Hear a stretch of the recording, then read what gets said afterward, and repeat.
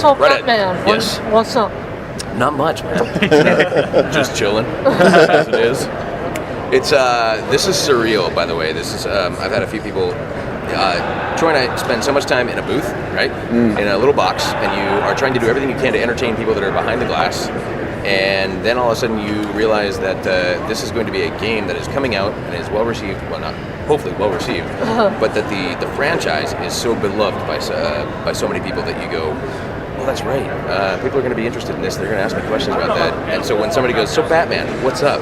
I kind of go, oh, that's right. Oh, whoa. Yeah, it's, I'll tell you what's up. It's surreal. That's what's up. Because I see this dork when I look in the mirror and I go, how on earth, to say nothing of all the other characters that I've portrayed, it's nuts. So this is a surreal experience. I'm assuming, Kevin Conrad, and comparatively to everyone knows how crazy it is, big shoes to fill. Yep. But how was it throughout the day? Like, how was it? How did you prep for the role for Batman on this deal? This is interesting. As far as prep went, I didn't actually want to over prepare because I knew that if I was going to be over prepared for this, I'd probably end up making bad decisions that would be bad choices for both the character, for both the franchise, for the director, for Eric Holmes, and so there wasn't a tremendous amount of preparation on my part, other than kind of refreshing myself with like Asylum and City, and kind of remembering the gameplay and the universe and all that. But Eric gave me a copy of Batman Year One as kind of like a sort of a launch point to kind of go, this is essentially the tonal sort of element that we want to kind of approach with this version of the game.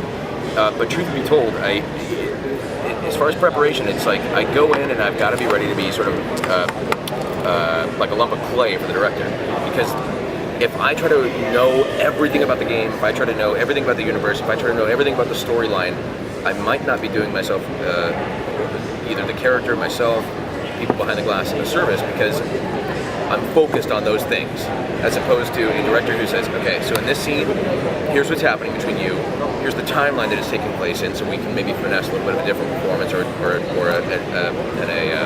emotive kind of a response from Batman.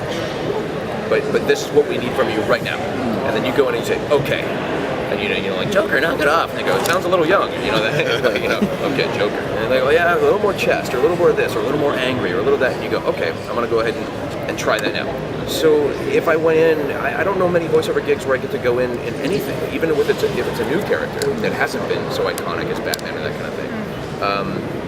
I don't get to go in and go, here's the choice that I've made as this brilliant actor, and you're going to just accept it. It's very much like, so what are we working on today? Like, oh, okay, so he's 23 and out to avenge his father's death, and there's that dragon on the hill over there, and he's yelling at the dragon. Okay, cool. And then you do it, and they say, no, younger, louder, faster, funnier, that kind of thing. So not a lot of prep.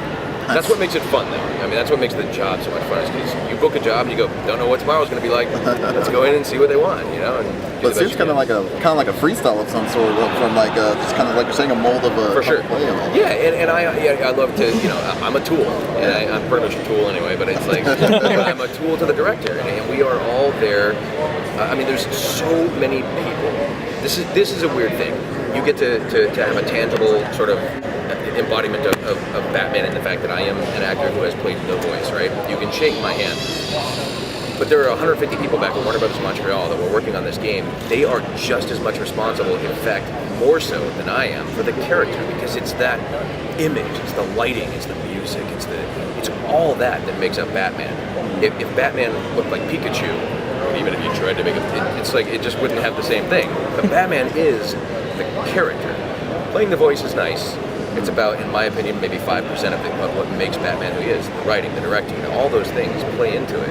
And so it's a trip to kind of have people go like, so what's it like? And you go, I really don't know. I'm doing what I do, and I do my job, and I hope everybody responds to it well, because it's not lost on us, the opportunity to play an iconic character like this. But gosh, I just want to do right by this character. And I think every actor that's ever taken on a role that's like this thinks the same thing. Hopefully. Right. Hopefully. Anybody else? Just basically between you, I don't want to compare you to Mark. I don't want to compare you to Kevin Conroy, because you're your own voice, it's your own thing. But a lot of times when Kevin and Conroy do the Batman and the Joker, we can tell that their relationship between each other is so great. They bounce off each other so well between their context. So do you feel that you and Troy have that same relationship, or do you feel like it's something?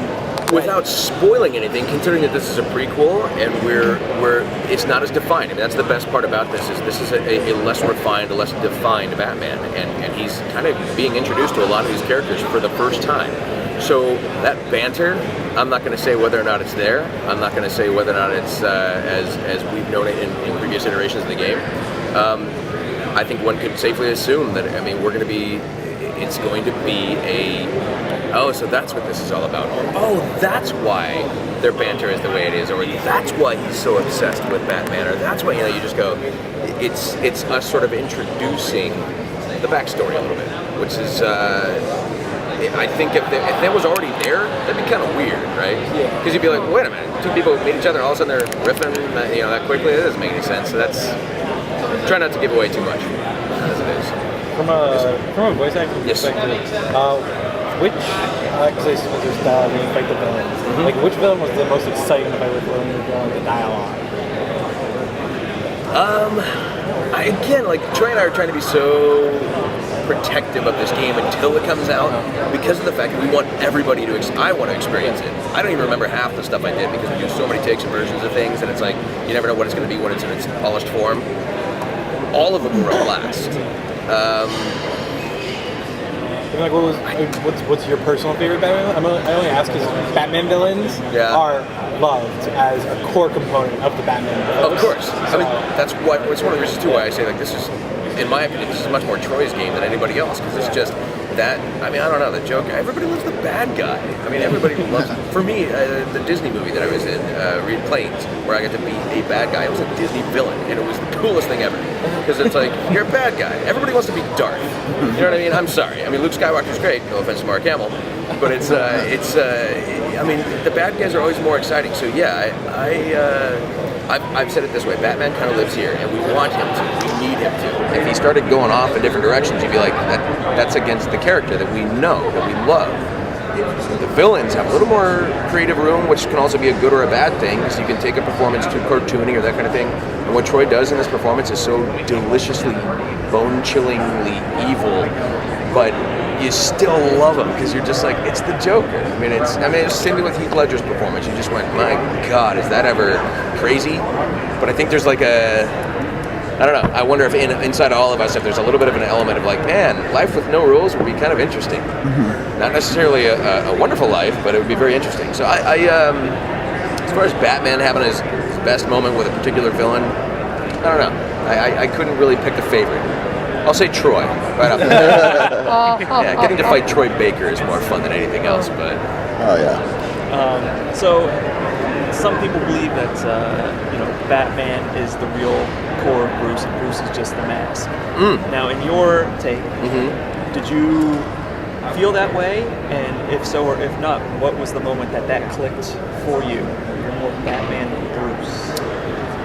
That's kind of what this entire game is sort of all about, in a lot of ways. In my opinion, it is us trying to, or Batman trying to figure out what is it that makes me tick, right? What and what lessons am I going to learn about myself along the path? For me personally, I think one of the neatest things about the character of Batman is just simply that at his core, he wants to do the right thing. And yet it's a subjective thing, because I'm sure, Gordon doesn't think that he's operating outside the law, therefore he's a criminal. And I'm sure a lot of people in society might be like, he's our hero, but there's other people like, the villains that all think, no, he's terrible. So for me personally, I think Bruce Wayne is the guy that is at all times present underneath that cowl. But because he knows who he is and how others may perceive him, that if he was to be anything other than that, it wouldn't be anywhere near as intimidating. It wouldn't do.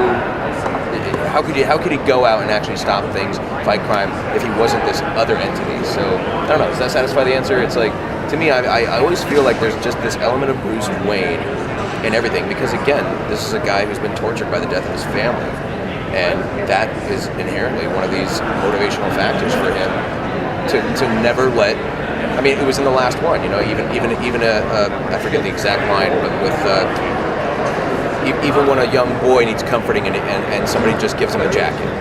That says so much about what he's doing, because he never forgot that and wanted to go out and make a difference in the world by making sure that and somebody else would have that same opportunity. So to me, it's always kind of a Bruce Wayne story with with a guy with a mask on. I don't know. What do you think? Good enough? Decent answer? Okay. Are we? Yeah, we're gonna. Do I need to jet? Yeah. Okay, cool. Sorry, guys. Thank you. Thank you very much, guys. Appreciate it. Thanks very much.